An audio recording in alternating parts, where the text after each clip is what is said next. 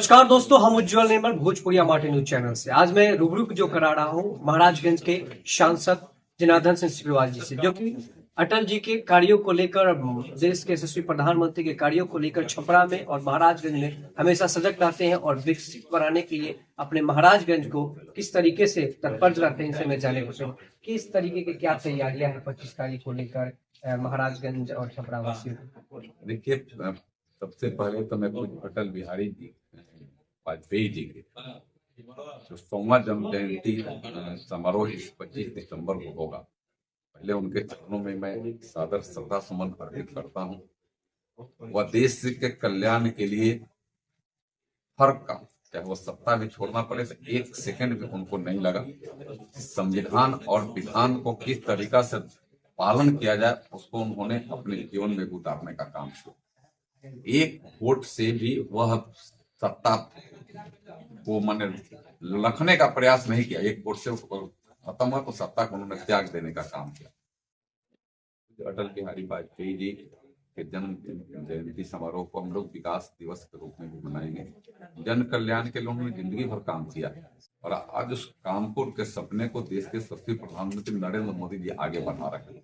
और उस दिन देश में हमें लगता है कि लाखों करोड़ की योजनाओं का, जिससे गांव गली गलियारे, किसान मजदूर, समग्र सभी धर्म के और सभी जाति, सभी क्षेत्र के लोगों से जुड़ा हुआ, उसके शिलान्यास उद्घाटन।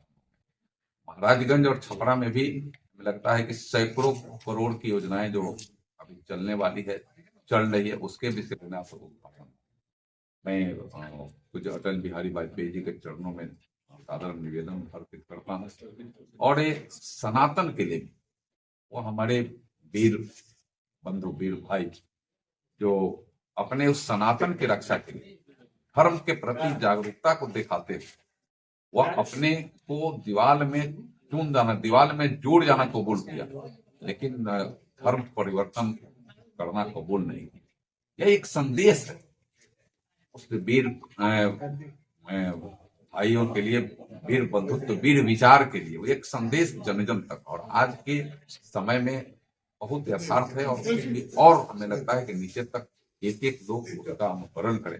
आज हमें देश से में किसी को कोई चुन नहीं सकता है दीवारों में, लेकिन हम विचारधाराओं को मजबूत और करें और उस सनातन और राष्ट्र भाव को धरती तक जन जन के संकल्प के साथ उतारने का काम करें।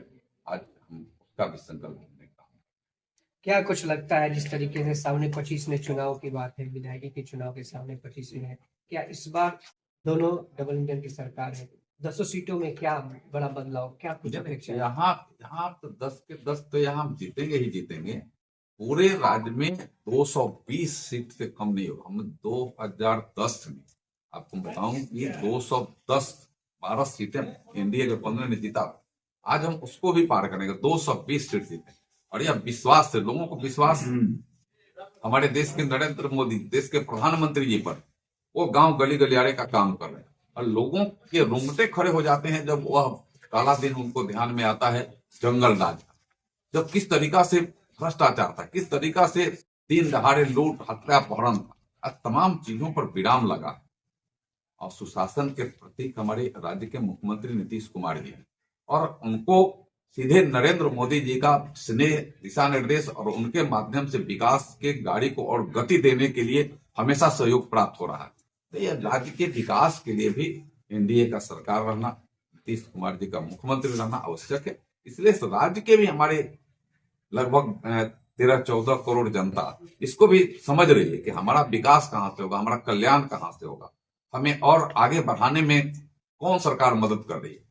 वो कोई नहीं चाहेगा कि यहाँ फिर से जंगल राज स्थापित हो जाए। और उनके तो रग में, उनके डीएनए तो बदल नहीं रहे, डीएनए तो वही है, रग में लूटपाट है।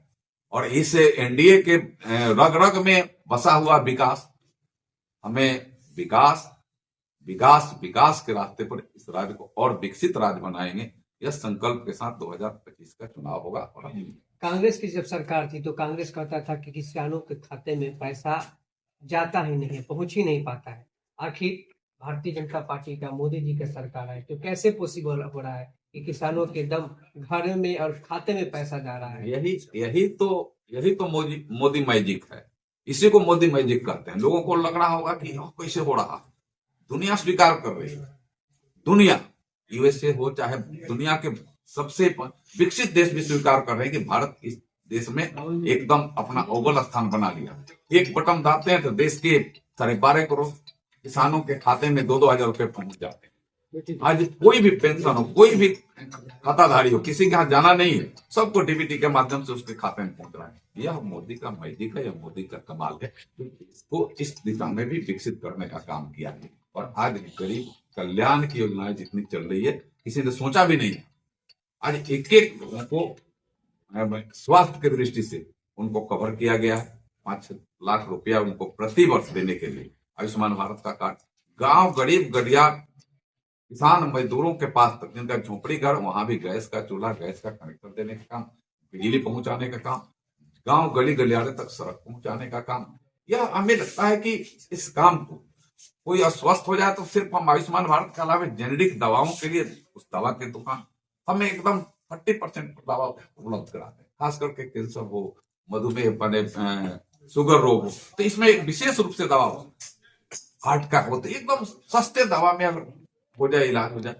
बच्चे अगर उन्हें बाल कल्याण के तौर पर बच्चों का अगर 1 साल के शिशु से लेकर कर साल 2 साल का है तो उसमें बाहर भेज कर आवश्यकता पड़ती है तो राज्य सरकार अपने स्वास्थ्य के दिशा में बाल कल्याण के माध्यम से उसको बाहर भेज करके इलाज कराती है। 1 पैसा उसका खर्च नहीं राज्य सरकार खर्च करती है। और राज्य के मुख्यमंत्री नीतीश कुमार जी मिलकर के इस राज्य को भी विकसित राज्य बनाना है। इस राज्य में भ्रष्टाचार को समाप्त हमने किया है, यहाँ से गुंडागर्दी को समाप्त किया है, जंगल राज को समाप्त किया है और इसको और आगे विकसित बनाने के लिए लगातार प्रयास जारी है। और 25 के चुनाव के बाद और रफ्तार तेज पकड़े। तेजस्वी जी कह रहे हैं बार बार कि अगर मेरा सरकार आएगा तो 200 यूनिट बिहार में फ्री मुफ्त में बिजली मिलेगा और डिजिटल मीटर को बंद करने की अपील कर रहे हैं। ये क्या लगता है कि ये सफल होगा उनकी ये कार्य? देखिए, उनको अपने पिताजी से पूछना चाहिए। पिताजी भी हैं, माताजी भी हैं। पिताजी, आपको शासन चलाने का मौका मिला तो कितने गरीब लोगों के लिए गरीब कल्याण का काम आपने किया। उस समय क्यों नहीं बिजली आपने माफ कर दिया, क्यों नहीं लोगों के लिए आवास बनाया, क्यों नहीं उनके लिए सड़क बनवाया, क्यों नहीं उनके कल्याण का काम किया, क्यों गरीबी में इस राज्य को ढकेल देने का काम किया, क्यों इस राज्य को अपहरण लूट का एक प्रतीक बना दिया। हमसे कभी एक बार पूछ लेना चाहिए कि क्यों नहीं किया उसने।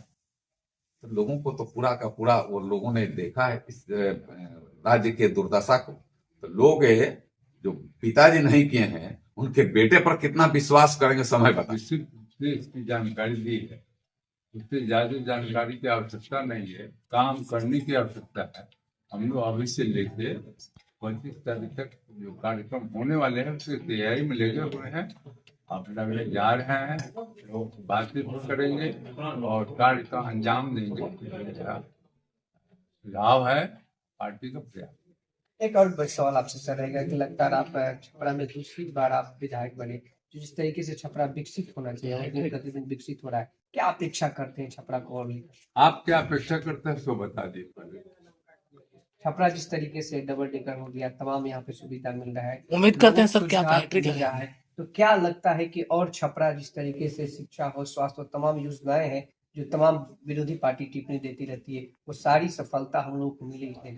विरोधी पार्टी अपनी जगह पर अपना काम कर रही है, हम लोग अपना काम कर रहे हैं। हम लोग जो विकास का काम कर रहे हैं वो विरोध का काम कर रहे हैं।